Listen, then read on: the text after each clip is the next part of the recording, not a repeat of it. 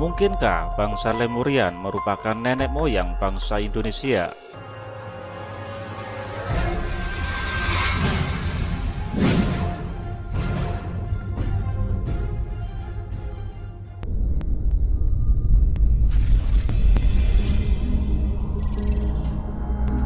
Dulu, ketika masih di bangku sekolah, kita sering diajarkan dalam pelajaran sejarah bahwa nenek moyang bangsa Indonesia berasal dari Yunan, Asia Selatan.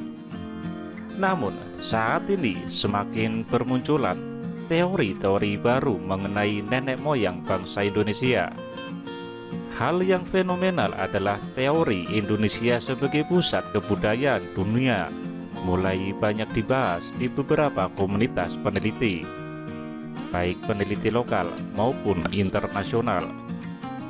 Dalam teori baru ini dikatakan bahwa justru bangsa-bangsa lainlah, termasuk yang di Yunan itu, semuanya yang berasal dari Indonesia, karena pusat kebudayaan dunia memang berasal dari Indonesia. Salah satu bukti baru yang memperkuat teori ini adalah Gedung Padang atau yang dikenal dengan Gunung Padang dan Gunung Sadahuri yang saat ini masih diperdebatkan oleh sejarawan lokal kita. Meski demikian, ternyata justru para peneliti asinglah yang saat ini begitu meyakini keberadaan bangsa Lemurian sebagai bangsa yang sangat maju di masa prasejarah. Saat di negara kita banyak orang berkata nyinyir soal bangsa Lemurian. Situs-situs asing semakin gencar membahas eksistensi bangsa Lemurian. Lihat saja pembicaraan-pembicaraan mereka tentang Lemurian.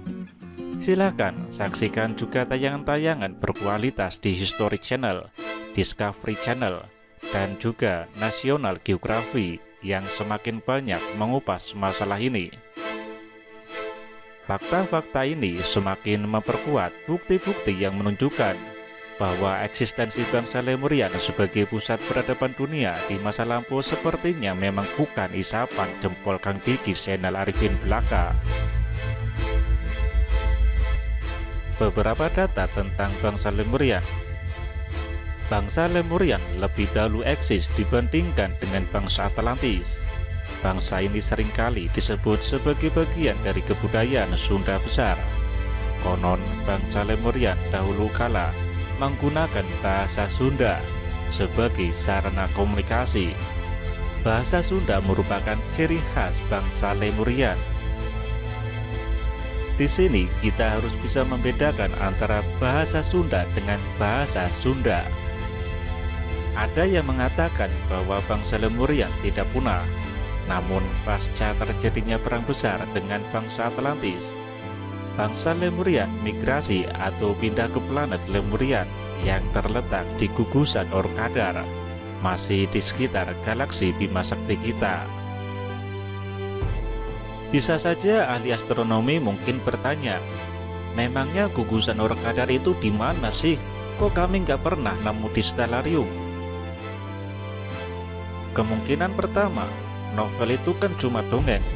Jadi gugusan Orkadar itu memang gak ada. Kemungkinan kedua itu karena beda istilah.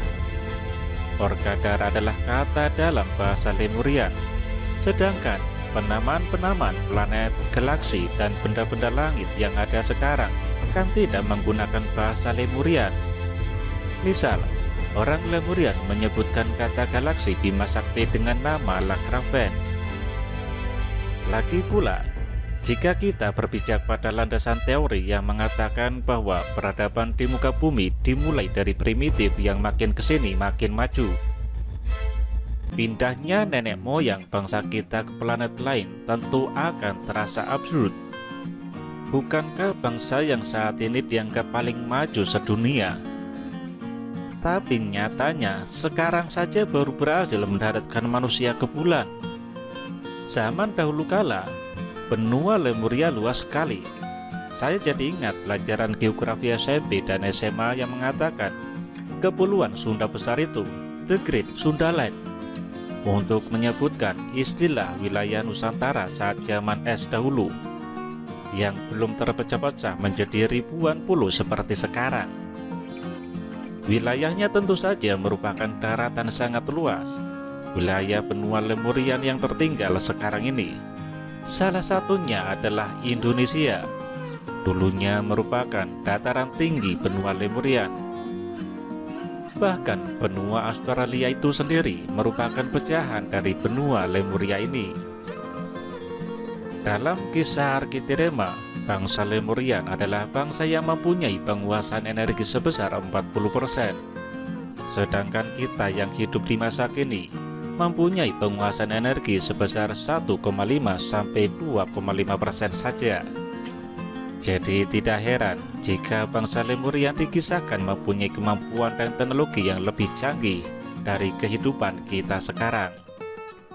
Dengan kemampuan 40%, bangsa Lemurian bisa menahan usianya agar selalu awet muda. Punya kekuatan fisik yang jauh lebih dahsyat dari kita semua. Bangsa Lemurian menggunakan bangunan kristal Kraiman, logam transparan yang sangat kuat. Logam ini dibuat oleh bangsa Krairon yang merupakan keturunan bangsa Tarak. Kraiman bisa berubah-ubah tergantung mau dibuat apa. Logam Kraiman, piramida, Murta Prabena, semuanya itu dibuat karena teknologi zaman dahulu sangat maju.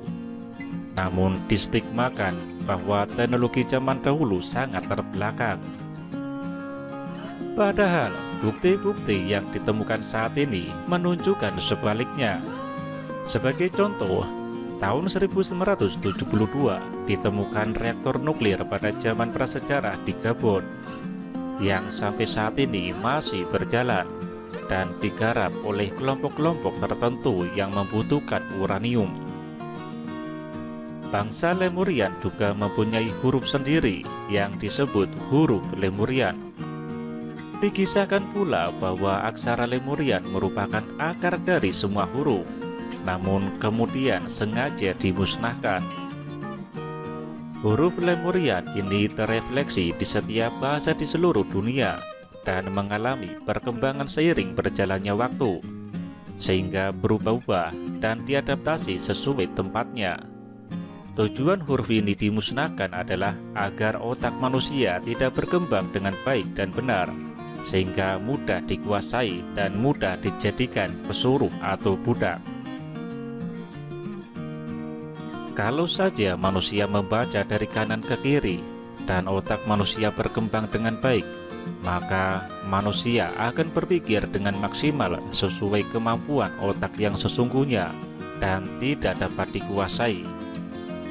Mengapa dampaknya bisa sebesar itu? Pergerakan dari kanan ke kiri ini adalah pergerakan yang alamiah, yaitu mengikuti sistem semesta. Molekular alam semesta bergerak dari kanan ke kiri, anti-clockwise, atau perlainan arah jarum jam. Kalau dari kiri ke kanan, maka akan terjebak dalam pola pendidikan yang pada akhirnya cuma bertujuan untuk menghasilkan pegawai atau buruh.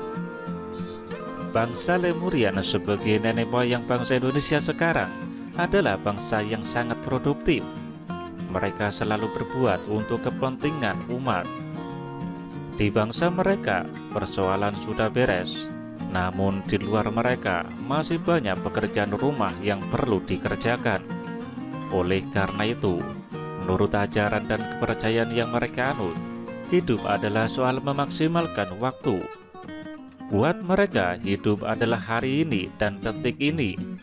Sementara zaman sekarang, seringkali rencana kita dibuat kejauhan, padahal belum tentu kita masih akan hidup pada esok hari. Cara hidup dan falsafah hidup bangsa Lemurian zaman dahulu kala amat sangat sesuai dengan prinsip-prinsip Islam yang diajarkan oleh Rasulullah. Manusia punya berbagai macam nama untuk Tuhan. Umat Islam menyebutnya Allah.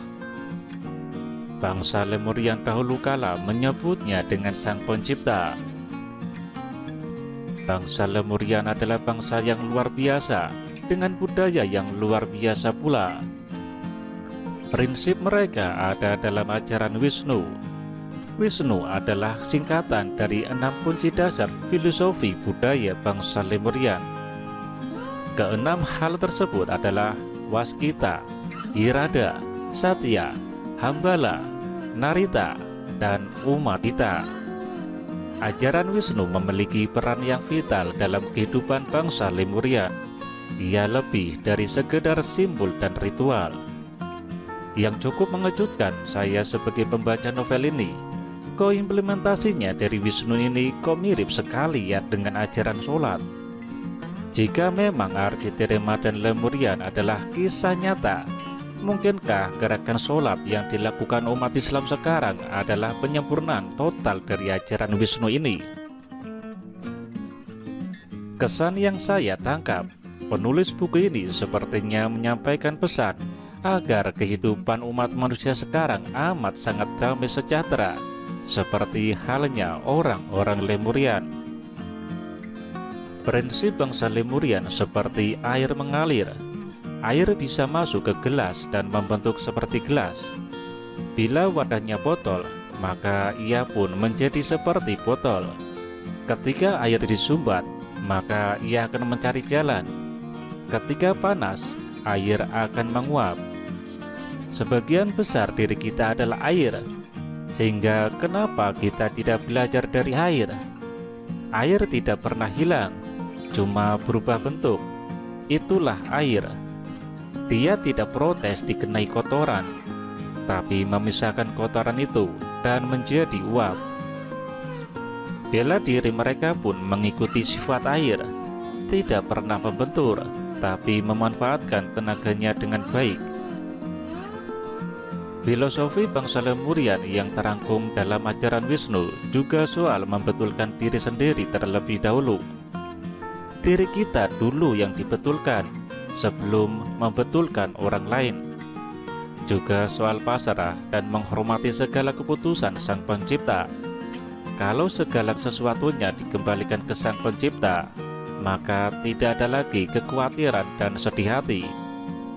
Kita akan dilatih untuk mengasihi, kasih yang tidak memiliki unsur untung dan rugi, hanya memberi, tidak ada lagi berpikir untung dan rugi.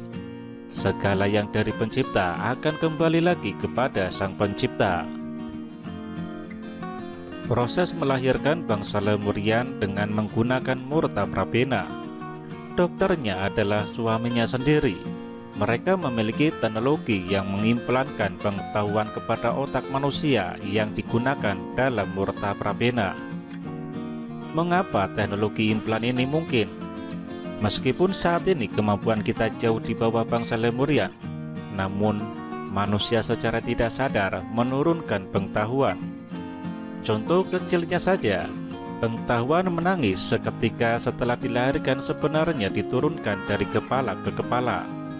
Kondisi ibu sangat mempengaruhi si jabang bayi. Kalau ibu stres, bayinya pun bingung dan jadi sungsang. Yang sangat menarik, novel ini juga memperkenalkan aksara Lemurian itu sendiri. Bab terakhir dari tiap buku novel Architerema sudah bercampur dengan aksara Lemurian di dalamnya. Buat saya pribadi ini sangat menarik. Terlebih aksara Lemurian itu sendiri bisa kita pakai dalam kehidupan kita sehari-hari kalau memang niat, karena bentuknya memang sangat unik dan artistik. Menurut kisah legenda Architerema, bangsa Lemurian berkomunikasi dengan sesamanya dengan bahasa Sunda. Apakah bahasa Sunda itu berhubungan dengan bahasa Sunda yang kini digunakan di daerah Jawa Barat? Kalau menelusuri kisah novel ini, bahasa Sunda memang banyak kemiripan dengan bahasa Sunda masa kini. Apakah berhubungan atau tidak? Ya, kita serahkan kepada penyimak, karena nyatanya hal ini tidak pernah diajarkan dalam pelajaran sejarah kurikulum manapun.